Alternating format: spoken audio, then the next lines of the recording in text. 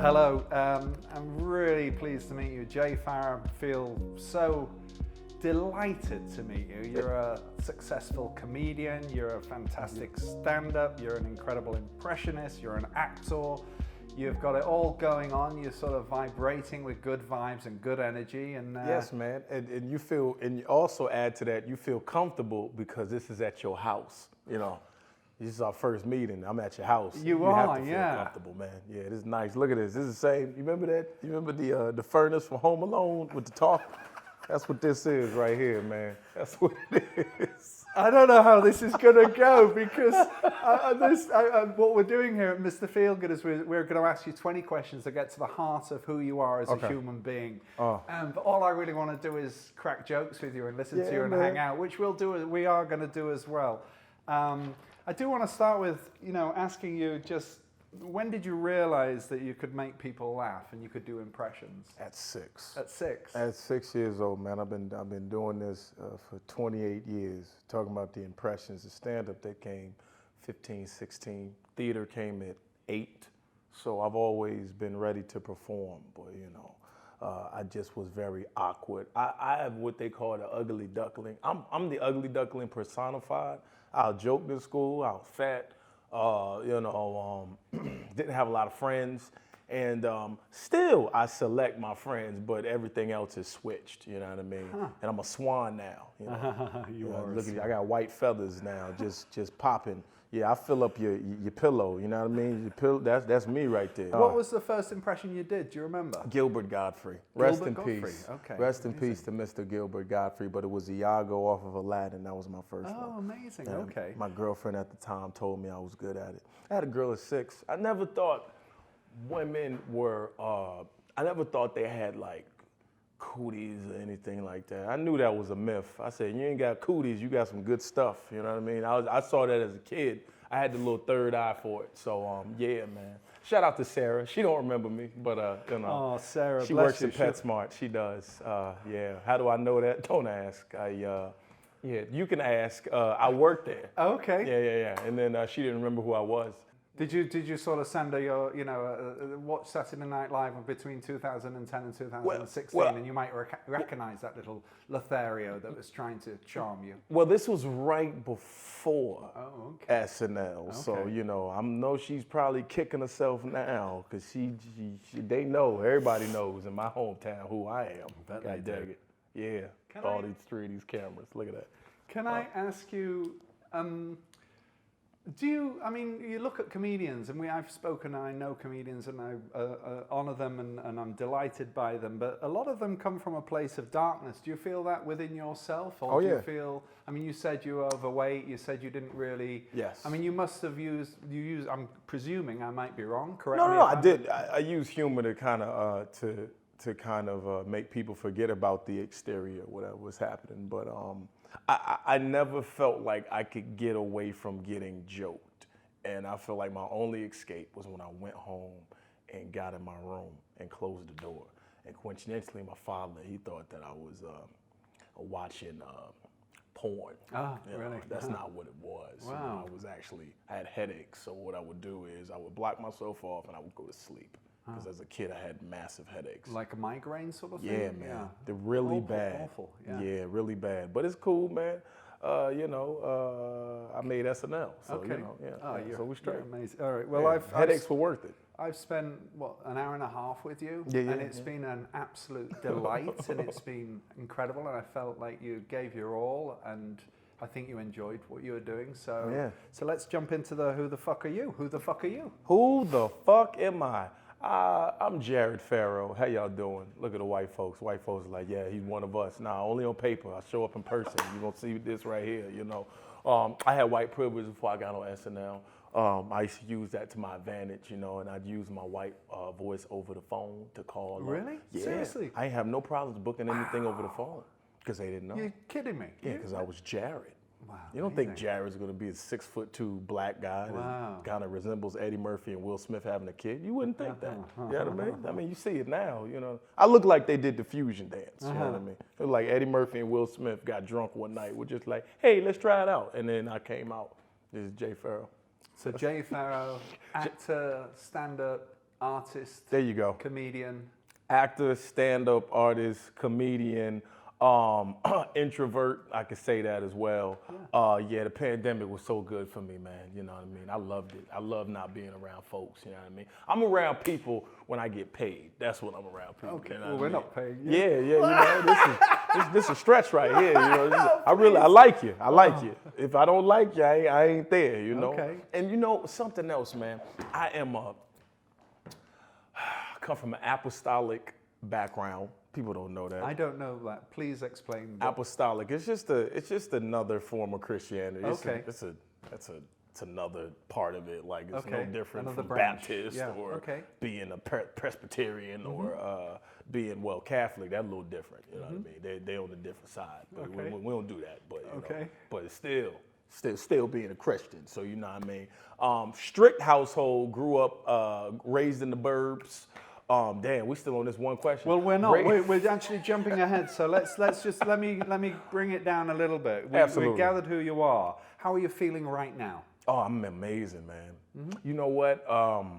Headspace wise, I've done this thing this year where I've switched my mentality of work. And what I mean when I say that, I used to say things like, oh, I have to do, oh yeah, what are you doing, man? Well, I have to do this, I have to do that. It's not that you have to do it, it's a privilege to be able to do it. So now I'm like, well, I'm doing this, I'm doing that, and I'm taking the blessings that are happening and all the accomplishments and I'm sitting in them.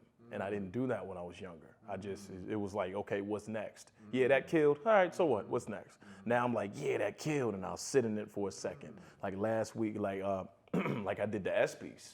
You know, and that went great. Massively successful. Massively. Yeah. And you know, I got the call. I was in the gym, and then I was in the gym with my homeboy, and I was on the phone talking to the person on the phone, and then my homeboy was like, "Who was that?" I was like, "Oh, that was Steph Curry." You know what I mean? So to be able to just say that, that's a blessing. Yeah, it is. So I find that sitting in them and appreciating the work has allowed me to just keep working, and it just seems like there's an overabundance of work ubiquitously now, so it's really dope. That's awesome. Yeah, That's man. awesome. That's awesome. Well, you've kind of touched on this, but you can just have another little touch on it. Let's say it again. Where did you grow up and what was it like? Chesapeake, Virginia. Oh my gosh.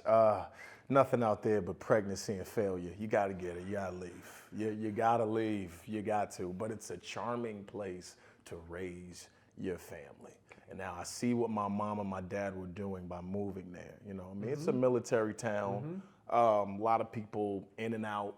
We got a chance to sit in it, Chesapeake, Virginia, and just be raised and just appreciate. And I'm from the burbs, man. Country clubs. You know what I'm saying? That's what it is. Country club. We would snowboarding on the golf course. That's the type of stuff we did. You know. But you felt like you came from a pretty stable from a solid background. Yeah. I mean, my parents are still together. They've been together for 41 years. So that idea to me is not foreign. I know it can be achieved, even though Instagram is in the way, because it's literally like a buffet when you go up there. I mean, you can just pick what you want. Okay, I want this. You can type it in hashtag, everything you want, and the girl will come up. But, you know, have you noticed that a lot of the women are starting to morph into the same woman? They all start to look the same. Yeah. They look like Daisy Duck in a porn. You notice that? They got the lips. You know what I'm saying? No, I know exactly what you mean. They got it's all like homogenous. Right. There's no kind of, it is what it is. Like I like butt, but I like it not genetically modified. You understand what I'm saying? I like all natural, 100%. A la carte. You know what I'm saying? Well, it's interesting because the next question is what excites you, Jay? Oh, wow. Wow, this is real deep. This is a lot of things. Now, what are we talking about? Are we talking about just on an everyday level, or are we talking about in the bedroom? No, we're talking about on the everyday level. Okay, everyday level. What excites me? I'm sorry, I gotta clarify. No, it's true, yeah. No. Okay, so. What excites you in life? What excites your soul? Making people forget about their problems. That makes me feel amazing. Especially in the stand-up space where you live in a place where it just seems like folks are just so scared to touch and talk about things. Yeah. Yo, man, forget that, man. I don't subscribe to that, bro. Say what you gotta say, but make it smart and make it witty enough where everybody will understand where you're coming from, and make your point lucid enough so you can do the joke again and not get canceled. Right on. You know what I'm saying? Right on, I do, but yeah. making people forget about their problems is my one thing. And of course, I like roller coasters and all of that. Of course, I could have said strip clubs, but that's not my thing no more. You know what I mean? I used to frequent. You know, I used to be in there. I'm talking about. I used to make it rain. I used to put people through college. You know what I mean? But it's very noble of you. very noble. Noble. No, it is. It's a philanthropic pursuit. I kind of like that. It is. It is philanthropic. I love the way that you said that, because I would say philanthropic, but you said philanthropic. You know what I mean? That's just how it's just the English translation of things. You know what I mean? It's just so beautiful. I love it. So what was I talking about? Oh, look, man. The thing about strip clubs is this, all right? People get mad at folks going, you can go to the strip club. But listen, man, Jesus hung out with actual prostitutes. So why can't I hang out with somebody who knows how to make it clap? I like the WAP. Wop, wop, whoppity wop. It's all over the place. You know what I mean? So I'm just saying, I'm doing the Lord's work. That's what I used to do. That's what I like to look at it as. So what scares you? What scares me? Not leaving a legacy. Really? That scares me. Really? I want to leave something so consumable for folks. I want to leave something so huge, everybody is forced to talk about it. Now, you could talk about, little successes like, changing the impression game. You could talk about that, how people now are looking, it has to be spot on now, and if it's just a little off, people are like, oh, that ain't it. It wasn't like that before. I kind of came through and did something different, And I was told a year before I got on SNL that my impressions were too good to be funny by somebody who worked there. Safe to say, when I started working there, they were fired because they didn't know what they were talking about. Right on. But it's like you always have to stick to your guns. Right. My guns were, listen, I'm not going to dumb down my impressions or my stand-up just because people want to make, you got to bring it here. No. If it's good, it's supposed to be good, because the funny thing is the mirror and the exactness in it, the spot-onness of the impression. You know what I mean? Amazing. And now I add funny stuff to it, too. But you must have such extraordinary confidence, I should say, to be able to do that, to be put in that position with those opportunities. Absolutely. And to be a young man. And to absolutely, have the nerve and the self-belief to go there and to do your thing without other people who are possibly, from an outside point of view, could be intimidating to you. But for you to hold your own in that is extraordinary. Yeah, man, listen. It's pretty incredible. Listen, dog, I've been on the road with Charlie Murphy. He took me on the road when I was 19 years old. Right on. Eddie Murphy's brother. Yeah. He was telling me about he said, yo, man, you and my brother got the same chops, son. And I know him, man. I live with him, man. You know what I mean? So it's like when you have people who say, Ralphie May, rest in peace, and people that tell you that, you know what I mean, you're more than just impressions. People tell you that. Yeah. I always hold those people really close to me, even though I've lost a few of them. Yeah. But still, the folks that can see through that, it takes an eye. Yeah. So, Beautiful. Absolutely. What is your proudest achievement thus far? What is my proudest achievement? Oh, man, my proudest achievement is that I'm not on coke and I'm 34. All right. That's pretty awesome. People would tell yo, like, no bull.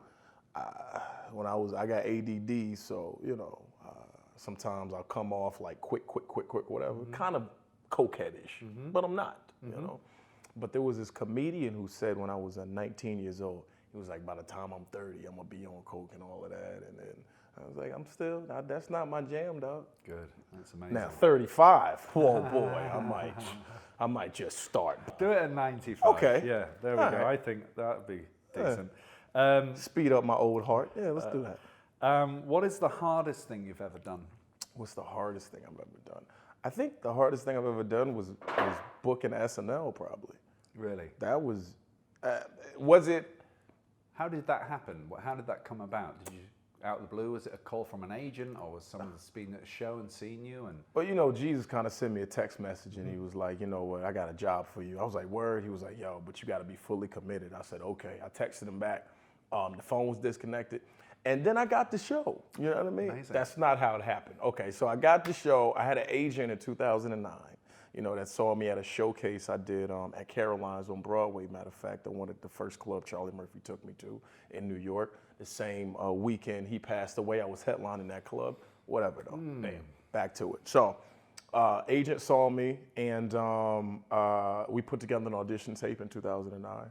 And they were contemplating the thought of doing a mid-season replacement. They decided not to do it that year. Wow. And I sent another audition tape 2010.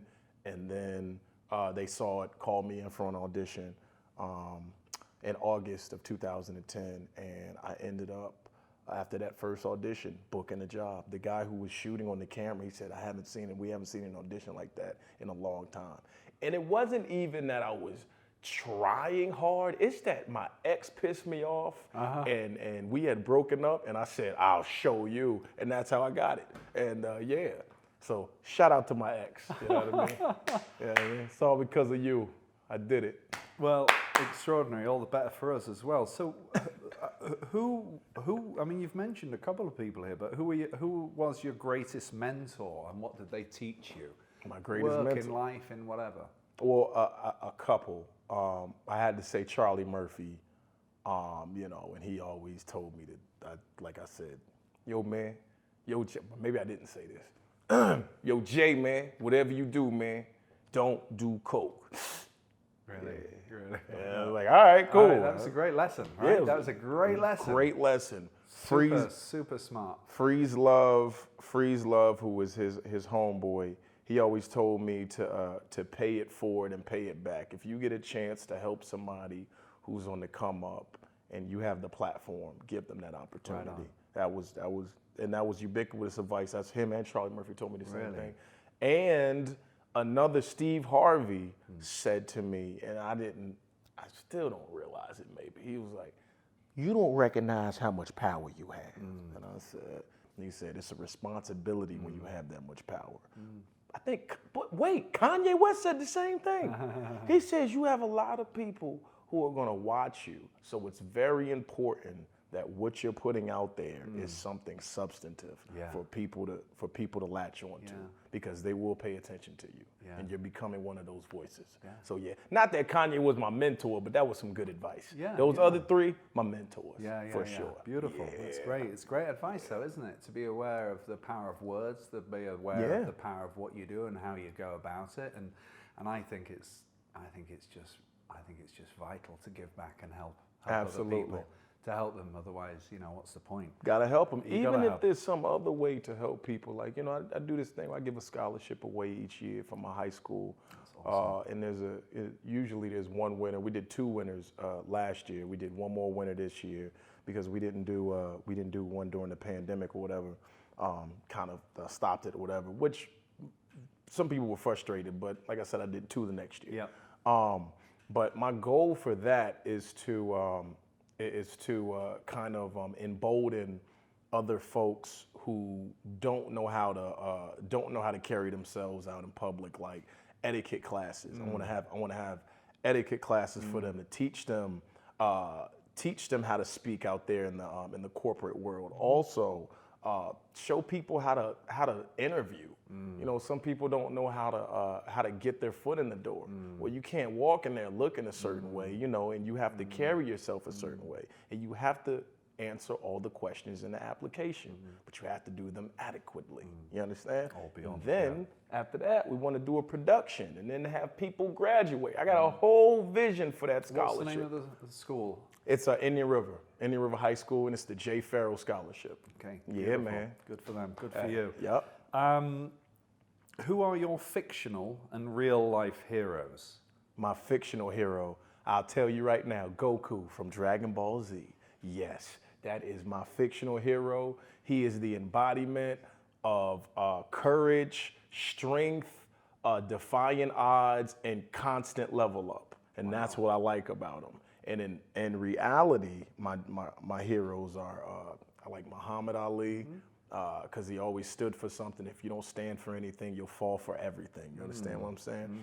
Eddie Murphy, just comedically, and the way that he shaped his career and was one of the biggest comedian in the world at one point. Yeah, Him. The way that Kevin Hart has taken a network and employed so many different black folks to work for him, and people in general to work for him. Bernie Mac, Robin Harris, Chris Rock, Dave Chappelle, Right on. George Carlin, Jim Carrey. Like Bill Murray? Bill Murray? Yeah. Yeah, but I had to body slam him. But Okay. Okay. Okay. So Bill Murray, I did okay. You want the story? You gotta tell I did me it the story. soft. I did it soft, but he was hitting me. He was drunk one night, and he was hitting me, and he was at SNL. Very on the couch. It was on the couch. Okay. But I had to Samoan drop him. I watched a lot of wrestling when I was a kid, and The Rock is another one of my heroes from real life. That's a good segue to this next hero, Okay. But I Samoan dropped him, so that's like a quick back. Pow. I know. Yeah. I'm glad right. we've got along today. Yeah, man. I really am. Man, I don't want you to body slam me. So this is a little bit more, sort of superficial, but what is your favorite item of clothing in your wardrobe? Do you have a lucky shirt or, do you... You know what I have? I got the same jacket that Eddie Murphy had on a Raw tour. The jacket he would wear when he got off, not the one in the actual in the movie, but when he would walk off stage, I got that jacket. Right on. And my friend Brian Monarch, he got it for himself, but he gave it to me because he quoted, "I'm not cool enough to wear this, So this." He's a big man. Say that, yeah. He's like, I don't think a white 6'5" guy should wear this. Yeah. He said, maybe That's you not should. Cool, yeah. So I got that jacket. That's cool, man. And when I put it on, man, I feel like a superhero. You know what I mean? Matter of fact, I've been stand-up. I've been killing. I've been killing for the last. Don't go before 2016. Everything after 2016 is good stand-up wise. Right. But that jacket, I'm sure if I would have had that bitch on, what? It's your lucky charm. Yes. Yeah, I get it. I hear you. Great sets. Great sex. Oh, great Sets. Okay, sorry. Oh, Okay. man. Shoot. Yeah. If you would ask me about that, what you like in that? Shoot. We can go some places, but this is Mr. Feelgood. This ain't Mr. Feelgood after hours. What music did you love at age 13 and do you still love it now? 13, Ludacris. Oh, yeah? Ludacris was my favorite. Ludacris was the first rap album. Ludacris was the first artist I had an album from. Right as far as rappers go. Because my parents didn't let me listen to a lot of stuff. They tried to shield me. Meanwhile, my sister just running amok, listening whatever hell she wanted to. But apparently for me, they wanted something different from me. Wow. Okay, so I'll tell you the story. So I played Ludacris. I played Back for the First Time. That was his first album. I played it so much, it had scratches on the disc. And I remember one time my dad came home and I was blasting it, right? But I wasn't blasting the right track. Okay. Yeah. It was. Okay. Yeah, it was number 2, and it was. I hate it when there's too many N-words, not enough hoes, too many rookies, not enough pros. The game got switched on some Ludacris, so all y'all can suck my dad heard that and took the album from me, but it was a burned disc and it was blue, so I just swapped it out. You know what I mean? I just swapped it out with one that wasn't burned and listened to it when he wasn't home. But when that car pulled up, I'd mute that Ludacris. Yeah. But that was the wrong track. Do you still listen to it now? Yes. Yeah, you do. I still think Ludacris is one of the best rappers of the 2000s. And I think he's talented as hell. And he called me on the phone because another one of my friends does his makeup sometimes. And he called me on the phone and we talked, and even though he blocked the number, I don't know why he did that. He had to do that, but he don't know me like that, so I get it. It's fine. Do you listen to music to warm up before you go on stage for stand-up? Not really. It did not as much as I used to. When I was younger, like in my 20s, I would always blast Drake before I got on stage. It was always either Drake or it was Kendrick Lamar or it was J. Cole. Now I just need silence. Right on. Interesting, isn't it? How you change as you get older. And I'm presuming you write all your gags, do you? Oh, yeah. So you do everything. So you really are. You're the writer, producer, director, and actor of your own stage set. Yeah, I don't have any ghostwriters. That's cheating. So you say you had ADHD, but you must be so. Don't you have to be so sort of focus to write like that, to work it out like that? Is that part of your process where you sit and you... Yeah, that's what greenery is taking. You see, when you take the greenery, you allow to sit your behind down and just go. But I just have to make a cognizant effort and I had to make a concerted effort to sit down and just focus, because if I don't, I'm the same way. My mind it's all over the place. Yeah. Even when I'm cleaning the house or something, or I'm doing my laundry, I have to stay in one room for hours. If not, I'll do that, then I'll be downstairs doing something else. So, but it really is interesting to me. I'm imagining you on stage. I haven't seen you on stage. I want to see you on stage. But doing stand-up, and I can imagine that sort of the energy. I mean, you're obviously really versed in it now because you've been at it a long time. You're almost a veteran in the best possible way. That's vintage. Crazy. But to go in there, it really takes a focus, because you've got to go in there set on your material, on what reading the room and everything else. So that. It seems to me that there has to be an inner stillness, an inner calm that goes into the arena. Absolutely. Which I think is if you're not doing drugs, I think it's kind of it's something that comes through experience, and it comes from a self-belief, and it comes from a self-value of the quality that you know you're capable of putting out there. So that's pretty awesome, right? Yeah, it's a good feeling, man. It's a good feeling to get up there. It's a good feeling to get through your set without a hitch. Of course, if somebody says something, you click, you say whatever, and you hop right back on. You know what I mean? But it's good at the end, because you really do feel like you've completed something. Right on. You know? Amazing. What's the most inspiring book you've ever read?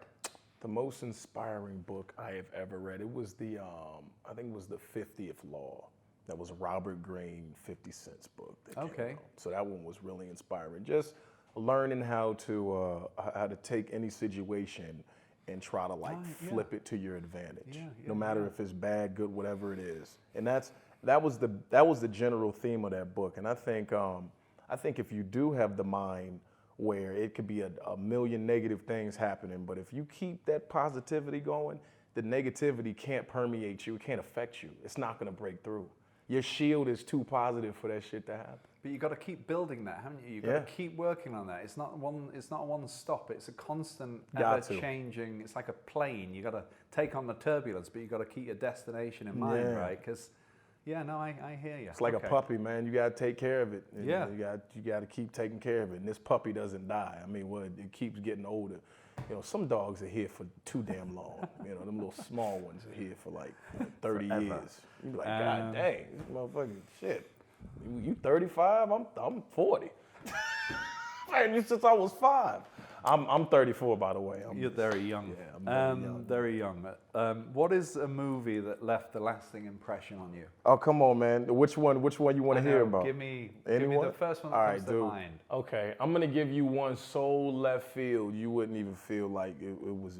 Go on, try me, hit me. Lord of the Rings. Oh, okay. Yeah. My kids were really into it. Yeah. I read it. I didn't see it. You I weren't didn't see the you movie. weren't into I it didn't like see that? the movie. My kids were mad for it. They watched it every night. Lord of the Rings. Dude, okay. I love it. The Two Towers specifically. Okay. It just was, at the time it came out, I was depressed, I was sad, and that movie took me away from that pain. It made me feel so good because it was just so much triumph in it. Right on. That's what I really like. An archetypal journey of the hero, right? Yeah. Getting it done.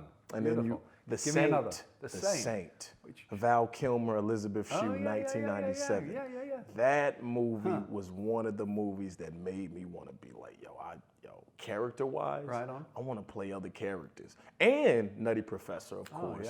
But The Saint was like, you can play characters and you can do them seriously. You can still be funny a little bit, but you can really finesse if you get it right. And Val Kilmer is amazing at that. Even though he can't talk like he used to talk, I think he's got I think he had a throat cancer or something. Yeah, man. He's doing well now. Listen, man, everything in moderation. You can't go down there that much. You gotta chill out. You know what I mean?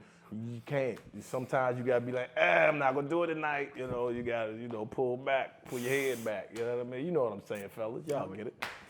Ladies too. All right. What is your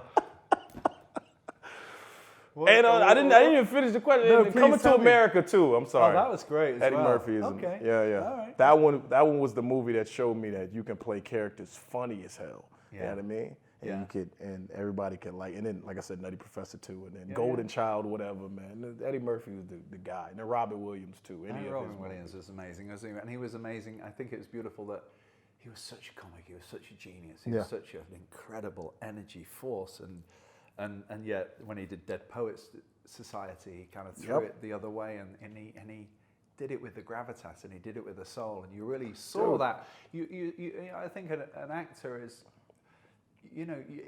To be a really extraordinary actor, I think you have to be willing to reveal your soul and yourself, and that takes massive courage and massive smarts, I think, as well, and talent to do that. And I think Robin Williams, you mentioned him, he managed that in Dead Poet Society. He showed us a side which was just extraordinary. Him, who else is good? A lot of actors who are comedians can. A lot of comedians are good dramatic actors. Yeah. Well, do you know Billy Connolly? Too. Billy Connolly? I've heard that. You've got to watch Billy Connolly. He's an amazing Glaswegian, Scottish, working class stand-up comic. Okay. One of the best England ever threw out, or Scotland ever threw out.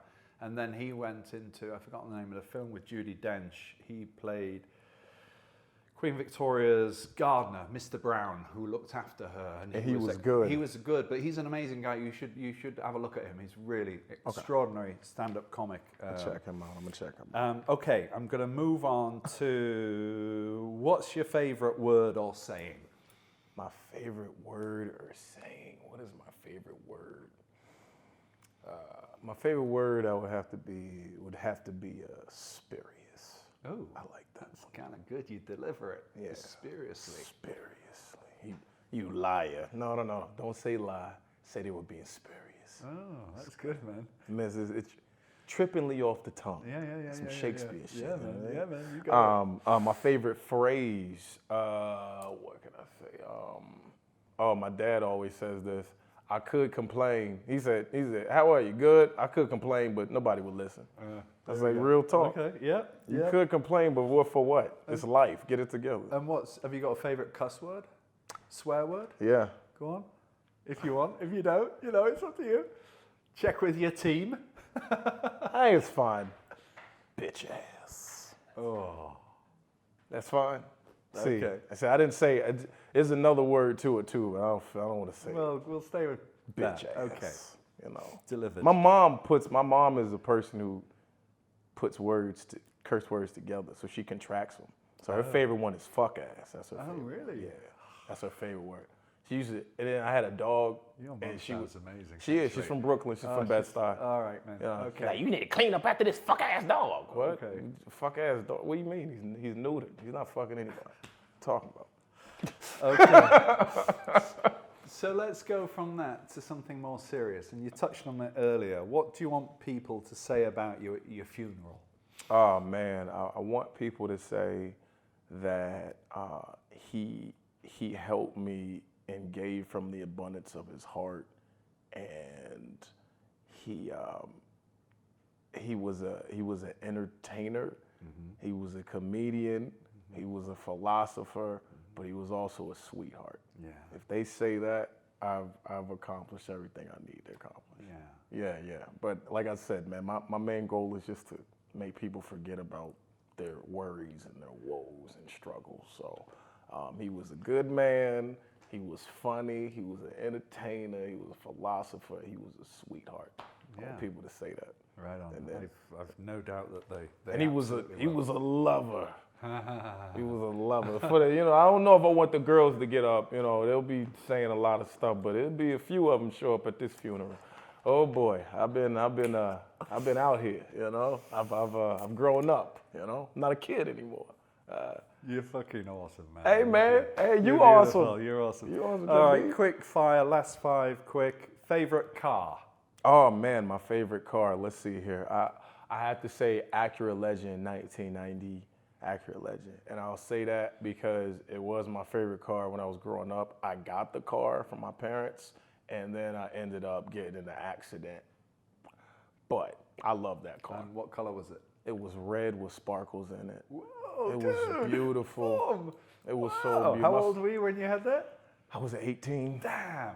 Yeah. Damn. Yeah, then I got a Versa. I had to go all the way back. You know, I had a Nissan Versa. Oh. That car has a lot of, listen, I was talking to some ladies during that time, and if you didn't in the Versa, then you were committed. Right You on. know, so it was a couple of them. I say they were the ones that got away. Oh, Yeah, okay. because that Versa action was great.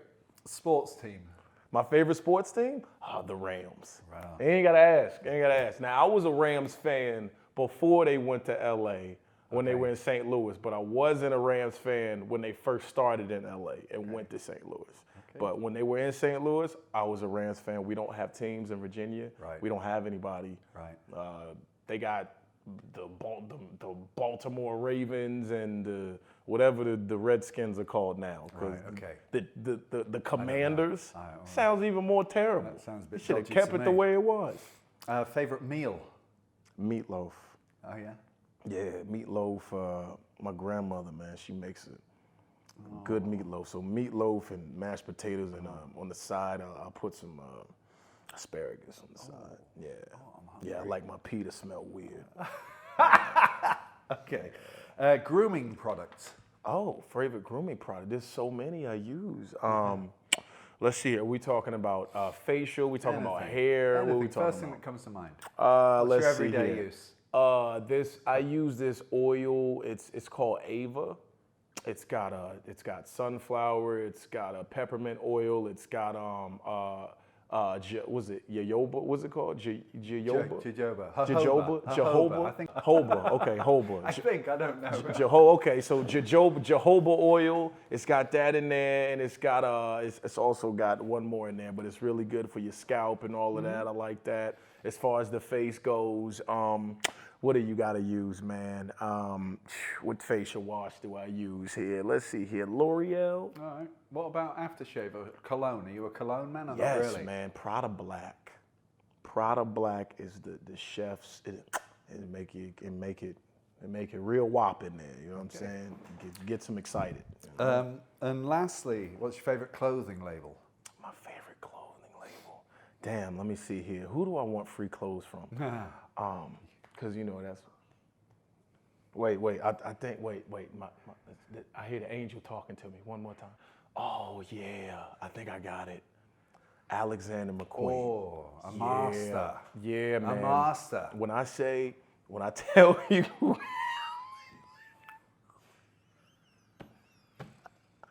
I'm sorry. I have such a good publicist. Alexander McQueen, it looks good on me. I got this suit. I got this red suit, right, that I put on, and it really is allowed to show the chest and pops out. Look like Terry Crews in it, you know, but it really fits nice. Yeah, man. So I like Alexander McQueen. Also, honorable mentions, you can say Jay Lindbergh. I like Jay Lindbergh's outfits. I really like Jay Lindbergh. Also, I do like, what am I wearing? Dolce & Gabbana, Okay. gotta do that. Dolce, Okay. you gotta do the Dolce & Gabbana. Also, you might wanna do some Dior, you know what I mean? I gotta Yves Saint Laurent suit on you would look great as well. Yves Saint Laurent. Ooh, Yves Saint Laurent, I love Yves Saint Laurent. Yeah, you'd rock that one. Yeah. Just curious, is there anything that you'd like to talk about, or is there anything that you've never been asked but you'd like to talk about? Is that, and it doesn't. Nobody. No big is there anything that you kind of wanted to say? I'd always wanted to be asked about this, and no one ever has. You know what, man? What am I never really asked about? I'm never asked about. Nobody really asked me about my religious upbringing. I've told you about that. I was already. thinking about that one actually. Yeah. I was thinking about that because are you a religious man still to this Yeah, day? You still. are. I am definitely. I have veered off the path and got back on many times. But as Donnie McClurgan and also the Bible states, a saint is just a sinner who fell down and got up. Means you can get up. A righteous man can fall 100 times and he can get up 1,000. You know what I mean? I don't know if exactly what it is. I got to brush up on the scriptures, but it is a part of your life. Absolutely. And so when you're challenged, which we all are, do you pray? Do you absolutely go seek guidance? That's the first thing I do, and I feel like a lot of my success was attributed to just how close I was with God at the time. You know, I mean, of course, I said I veered off a little. I got back on, but I literally spoke everything into existence. I spoke SNL into existence. Amazing. I spoke being on the screen into existence. Amazing. I spoke. Damn it! What else have I spoken to existence? There was some really creepy prayers. I say they were creepy because as soon as I would pray for it, it would happen. Okay. That's how close. You were really. I was right there. Tuned in. If I would have had stigmata, I wouldn't have been surprised. Wow. No. You know what I'm saying? Yeah. Like real talk. Hey, I know the Catholic Catholic really tuned stuff. in. And where did that come from? From your father? It came from both of them. They From were both of them. They met each other in the church. And both of them did. They're still together. But they're still practicing their religion. Still practicing. Isn't that incredible? Really, when you think about it. And they try to, they try to make sure, hey, don't forget the Lord. That's what they always say. Don't forget the Lord, because if you do forget, everything will start turning into utter chaos. Now, everybody has their center point or whatever, but God is mine. So you know, that's where I find solace, and that's where I can always go to. I find no matter what. And when you want to sort of, because you are a people person, you are someone who entertains, who lifts people, who really wants to affect en masse, and you are. Absolutely. You do. Oh, you know, we felt that this morning, and it feels genuine, it feels fun, and it feels real. But there's also, I can't help but feel that there's an introvert to you, and there is a person that wants to, who needs his own time and his own space and needs to detach and unplug. So where do you find that? Is that something you find in physical activity? Is it something you find in taking off and going? You said earlier you went traveling last year? Traveling to me, I would say, would definitely, that definitely answers your question. Right. I always, when I travel, that's my disconnect. That's my time to be creative. Right. I come up with everything. Yeah. I meet new ladies. I see them. I'm like, I didn't know they had this here. You know what I mean? It's always a good practice for me to just get out of my home state and just explore. Right. Exploration for me always invokes evolution. It causes it. Right. So real talk. That's really important, I think, and really necessary to regenerate, to rest, and like you say, I find it on a motorbike. I feel very good on a motorbike because you have to be so focused, because you know you're really vulnerable. So but it's like a sort of relaxed focus. It's concentration, and no one can touch you. You can't, you've got no electronics. You're on your bike, and you're taking everything in, and it's a sort of sensory experience, but at the same time, it's a very solitary, meditative experience as well, because you're just doing one thing. Anyway, absolute joy. Absolute joy to meet you. It really is. You've been awesome, and thank you for your time. And I'm so excited to see you sell out at the O2 in London, because I know you're gonna have it happen, and I really want you to go to Edinburgh as well and see the Fringe Festival, because I think you'd really dig that. You'd really dig that, and there's an ocean of talent there from all over the world. It's super cosmopolitan, and it's super sharp. And it's super funny, and it's super pushing the barriers, the boundaries, and I just know that you'd get something spiritually and professionally of great merit from that. I'm going. You heard John. I'm going. I heard what the man said. I'm going. You must go, really. You must, because they'll adore you as well, and you should perform there for sure. It just open up I know everyone knows you, but it would be really good for you to sort of tread those boards. Okay. Really do good. But thanks for being with us. Thanks for Mr. Feelgood. Thanks for just being a great sport. Thank you for having me, John. Thank you for listening. It's so good to meet you. Welcome. Good to be here, and with this Home Alone, this Home Alone furnace. Remember? I don't know what it said. Remember that? That's what that is, right?